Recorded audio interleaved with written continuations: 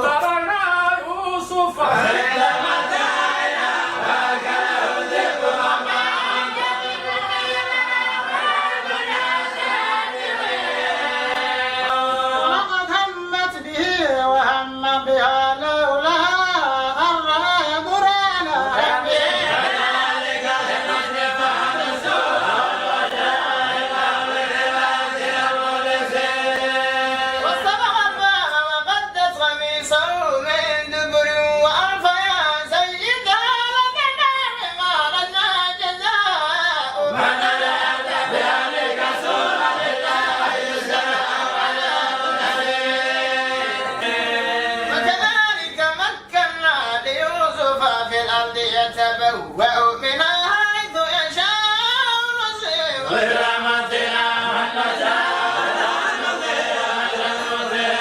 قالوا يا أيها العزيز إن له أبا كبيرا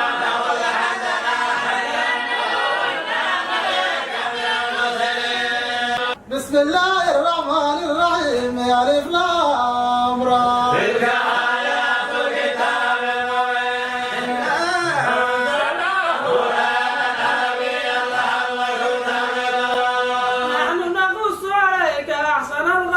بما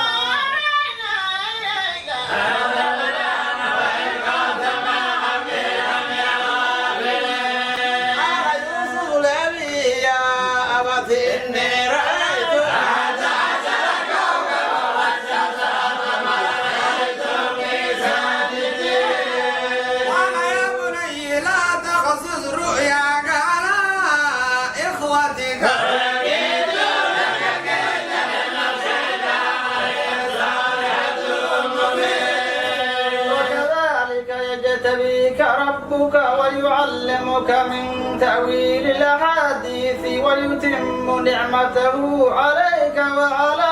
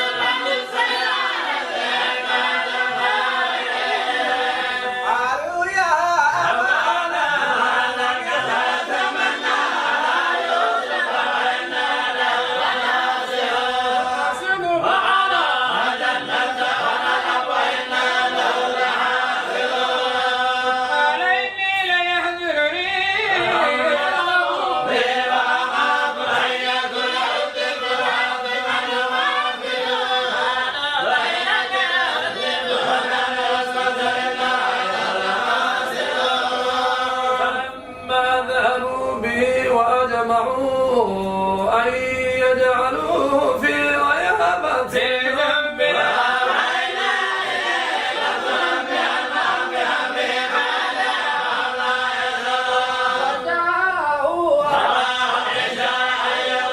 قالوا يا أبانا إنا ذهبنا نستبق وتركنا يوسف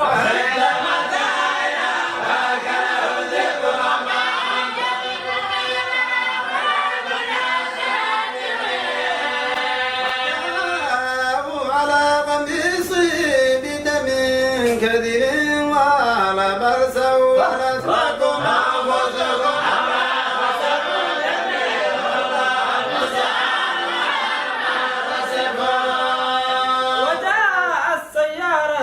فأرسلوا واردهم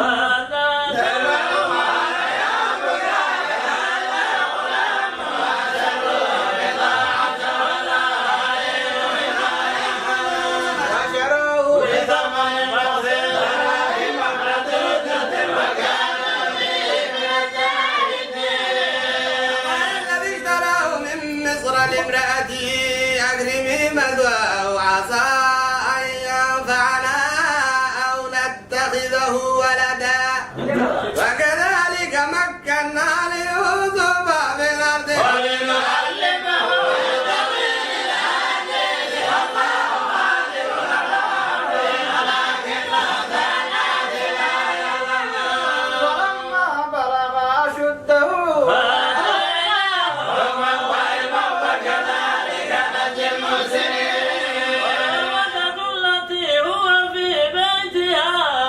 نفسه وغلقت الأبواب وقالت هيت لك بعد الله أو ربي أحسن ولقد همت به وهم بها لولا أن رأى برهان ربه كذلك لنصرف عن السوء وجعل بالعباد المرسلين واستبق الباب وقدت قميصه من دبر وألف يا سيدها لدى قالت ما جزاء من أراد بأهلك سوءا إلا أن يسجن عذاب أليم قال هي راودتني عن نفسي وشهد شاهد من أهلها إن كان قميصه من قبل فكذبها بالكاذبين وإن كان قميصه من دبر فلما رأى قميصه قد من دبر قال إن من كيدكن إن كيدكن عظيم يوسف عن هذا فاستغفري لذنبك إنك كنت من الخاطئين وقال نسوة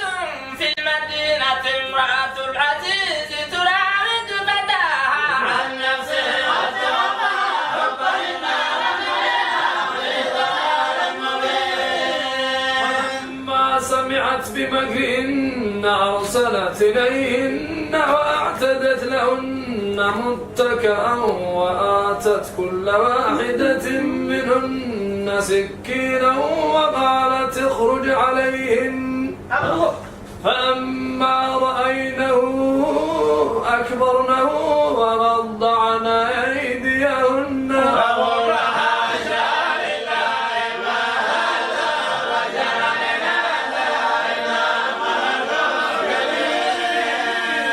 قالت فذلكن الذي لمتنني فيه ولقد راودته عن نفسه فاستعصم إن لم يفعل ما يأمر ليكون من الصالحين قال رب السجن أحب إلي مما يدعونني إليه وإلا تصرف عني كيدهن أصب إليهن وأكن من الجاهلين فاستجاب لو أنه أصرف عنه كيدهن إنه السميع العليم ثم بدا لهم من بعد ما رأوا الآيات ليسجننه حتى ودخل معه السجن فتيان قال أحدهما إني أراني أعصر خمرا وقال الآخر إني أراني أحمل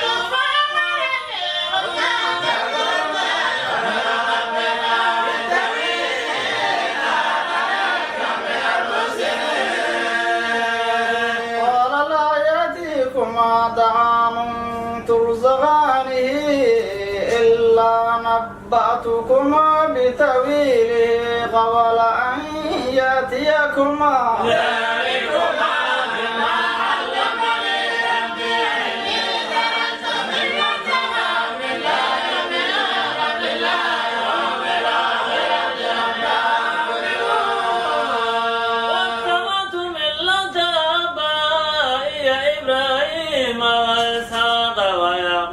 وما كان لنا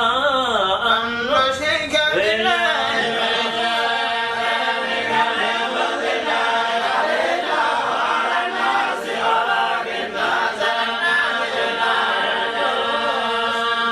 يا صاحبي السجن يا أرباب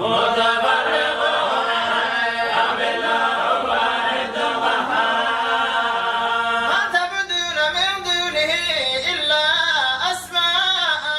سميتموها أنتم وآباؤكم ما أنزل الله بها من سلطان إن الحكم إلا لله.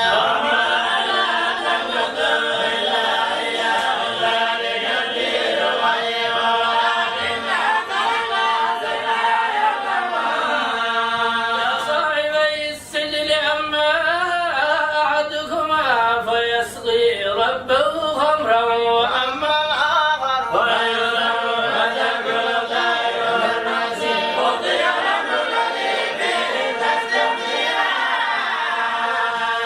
وقال للذي ظن أنه ناج منه اذكرني عند ربك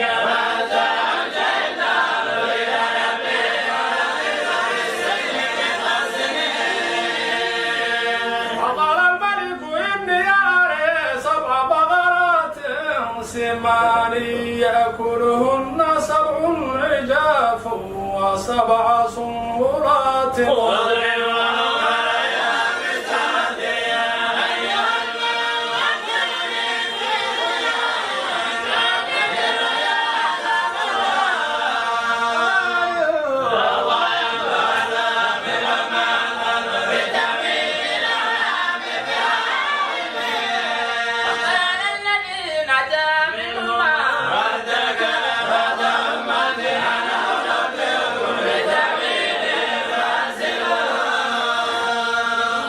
أيها الصديق وافتنا في 7 بقرات سمان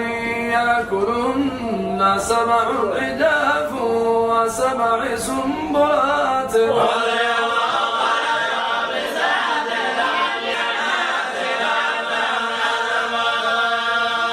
لا تزرعون 7 سنين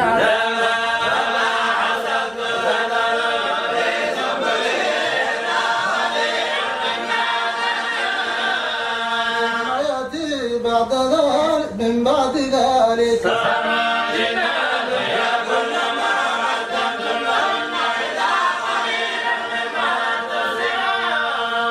يأتي من بعد ذلك عام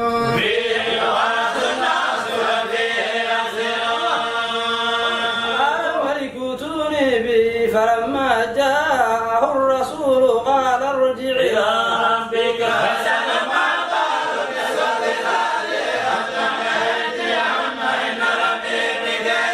ما خطبكن إذ راوتن يوسف عن نفسه قلن حاشا لله ما علمنا عليه من سوء قالت امرأة العزيز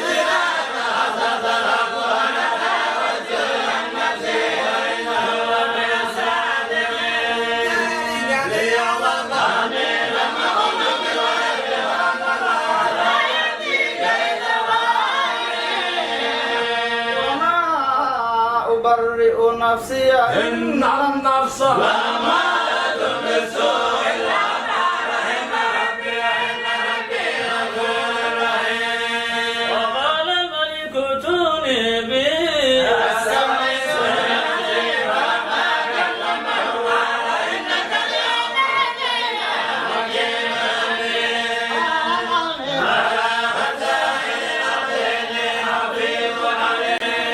وكذلك مكنا ليوسف في الأرض يتبوأ منها حيث يشاء نصيب برحمتنا من نشاء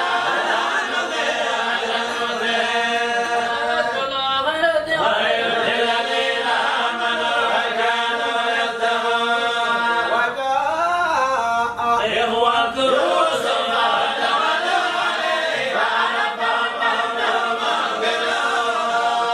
لما جهزهم بجهازهم قال ائتوني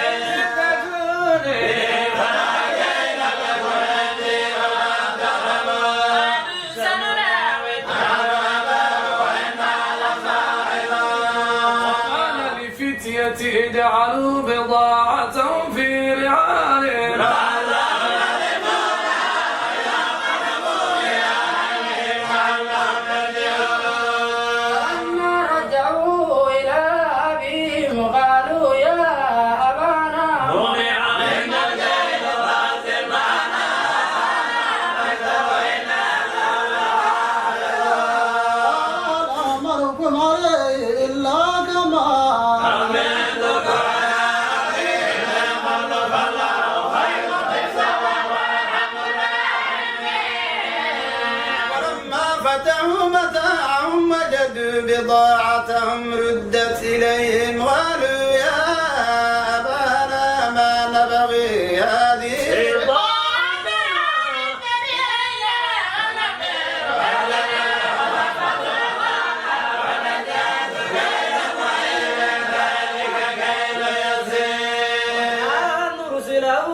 معكم حتى تؤتوني موثقا من الله لتأتونني به.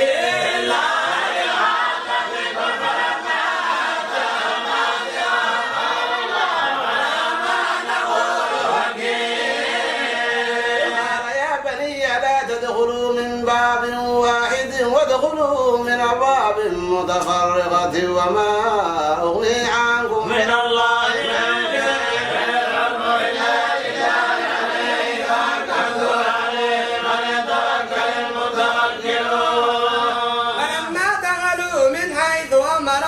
أبوهم ما كان يغني عنهم من الله من شيء إلا حاجة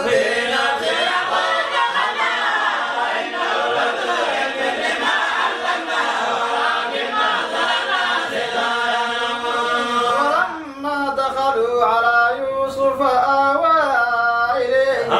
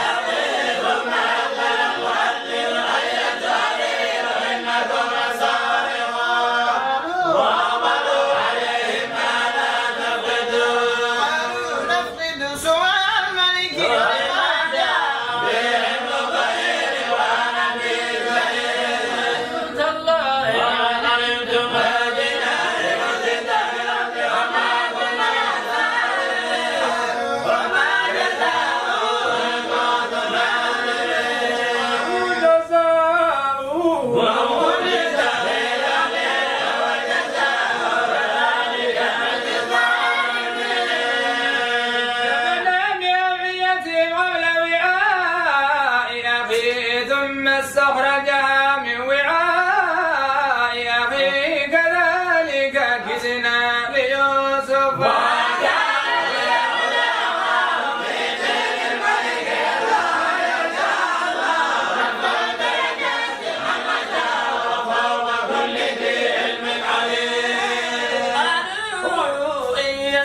فقد سرق أخ له من قبل فأتنا يوسف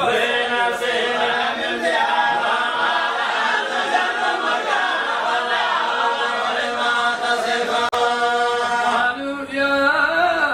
أيها العزيز إن له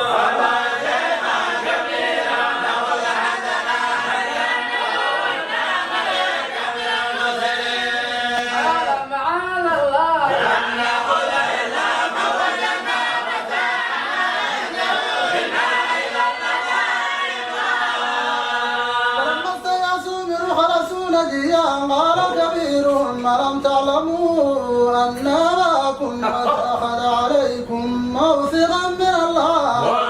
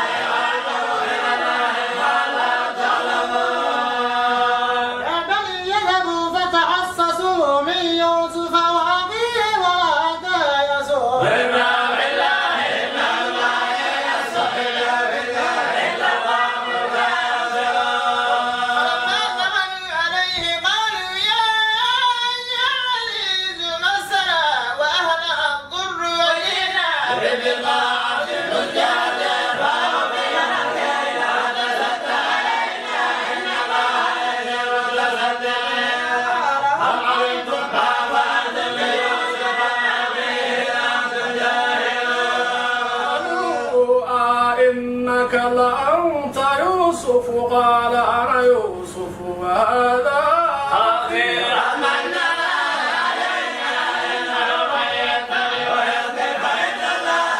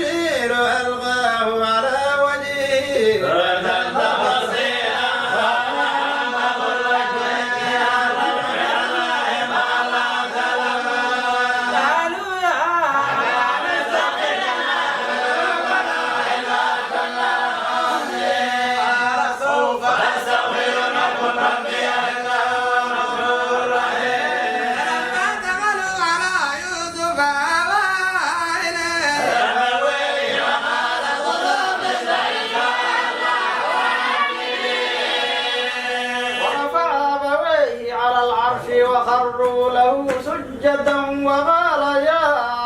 أبت هذا تأويل رؤياي من قبل قد جعلها ربي حقا وقد أحسن بي إذ أخرجني من السجن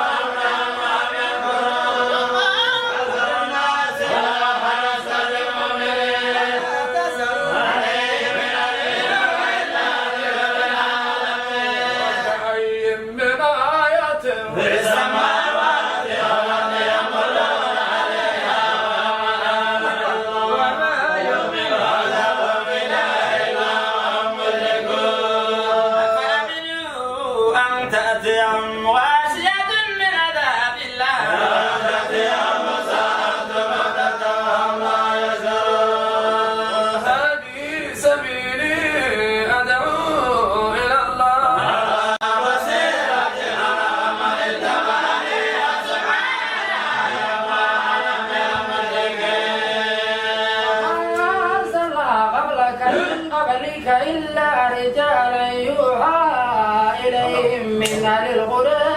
فلم يسيروا في الأرض فينظروا كيف كان عاقبة الذين من قبلهم فيزدادوا الآخرة غير الذين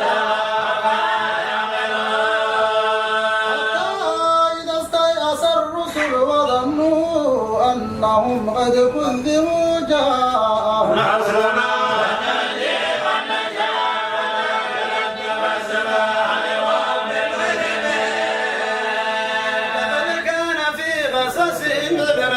لأولي